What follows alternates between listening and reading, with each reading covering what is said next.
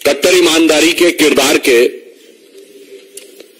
जो भारत रत्न के प्रत्याशी थे बकौल केजरीवाल साहब, तो उन्होंने मनीष सिसोदिया जी के लिए कहा था ना कि भारत रत्न उन्हें मिलना चाहिए। तो भारत रत्न के प्रत्याशी पूर्व मुख्यमंत्री, पूर्व उप मुख्यमंत्री श्री मनीष सिसोदिया जी, जो वर्तमान मुख्यमंत्री केजरीवाल जी की तरफ से भारत रत्न के प्रत्याशी थे, अब उनकी पार्टी के लाल और जवाहरात जितने भी हैं वो अभी फिलहाल हवालात में हैं। और पिछली सर्दी से इस सर्दी का मौसम आ गया, इस दरमियान 6 बार उनकी बेल एप्लीकेशन रिजेक्ट हुई है। 6 बार जमानत की अर्जी रिजेक्ट हुई। और इस बार जो सर्वोच्च न्यायालय ने अपना ऑब्जर्वेशन दिया है, जो प्रेक्षण दिया है, वो एक मामले में और भी गंभीर है। कारण केजरीवाल जी पूरी नाटकीयता के साथ यह बात बार बार बोलते थे कि पैसा कहां है, पैसा कितना है। यदि आप आज के सुप्रीम कोर्ट के ऑब्जर्वेशन को देखेंगे तो उसमें सिर्फ जमानत याचिका खारिज नहीं की गई है, बल्कि 338 करोड़ रुपए प्रथम दृष्टया स्थापित होते हुए दिख रहे हैं। यानी जो वो पैसे की बात करते थे और जो मनी ट्रेल की बात करते थे, वो आज लीगली स्टैब्लिश होती हुई दिख रही है। यानी इस समय अब ये सिर्फ एक एलिगेशन नहीं है।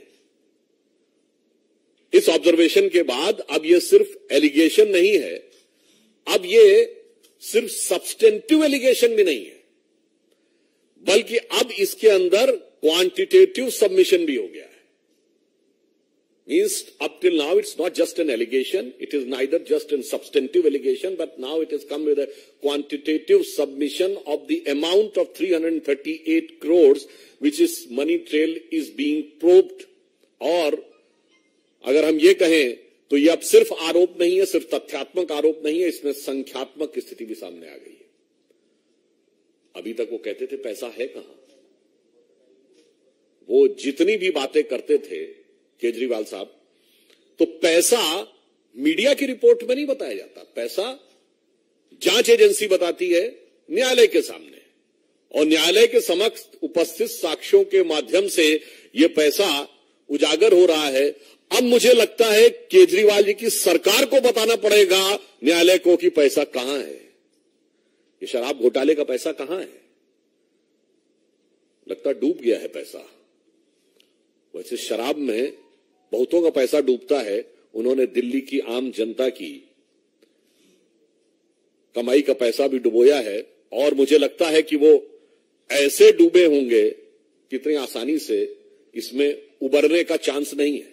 जो कहा गया ना कि शराब के लिए कि हजारों घर हैं डूबे बोतलों के बंद पानी में, जो इसमें डूबे वो न उबरे जिंदगानी में। तो I am having serious doubts कि whether they will be able to overcome out of this case of corruption.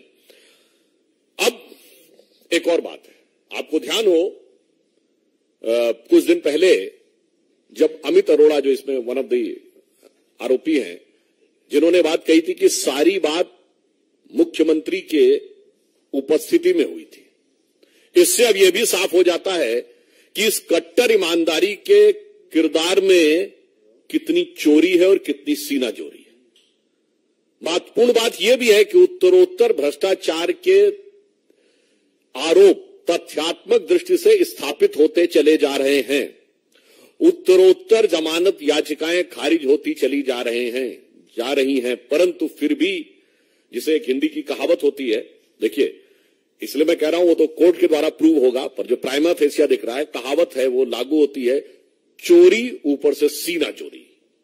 ये इस समय आम आदमी पार्टी के कैरेक्टर में बहुत साफ दिखाई पड़ने लगा है। इसलिए, और मैं तो बल्कि ये कहूंगा कि चोरी और सीनाजोरी के साथ साथ वो इसके अंदर एक नाटकीयता का पुट भी देने का सदैव प्रयास करते हैं।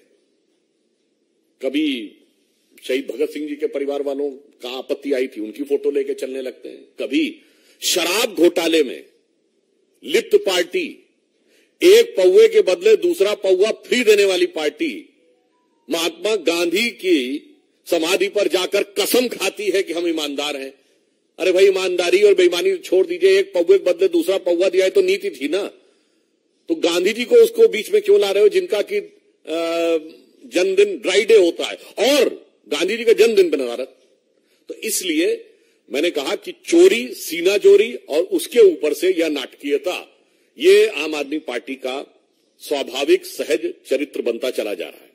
इसलिए अब हम आम आदमी पार्टी से और केजरीवाल जी से हम पूछना चाहते हैं कि बताइए वो पैसा कहां है। वो 338 करोड़ रुपए जिसके बारे में आज न्यायालय के प्रक्रिया के दौरान प्राइमा फेसिया वो दिखाई पड़ रहा है कि उसका गबन हुआ है या करप्शन हुआ है, तो अब दिल्ली की जनता पूछती है कि केजरीवाल साहब वो पैसा कहां है, उसे बताइए और इधर उधर की बातें मत करिए। और स्पष्ट रूप से सुप्रीम कोर्ट को भी बताना होगा संवैधानिक दृष्टि से और वैधानिक दृष्टि से, और दिल्ली की जनता को बताना होगा नैतिक दृष्टि से। Now it is become incumbent on the part of आम आदमी party government and it's chief and Chief Minister Arvind Kejriwal ji constitutionally and legally to tell the Honorable Supreme Court that where is the money, and morally it is incumbent on their part to tell to common man of Delhi where is the money. तो अभी तो जांच चल रही है, जांच जैसे जैसे आगे बढ़ेगी तथ्य सामने आते जाएंगे। ऐसा है कि अभी तो शुरुआत हुई है, अभी पता नहीं क्या क्या निकलेगा।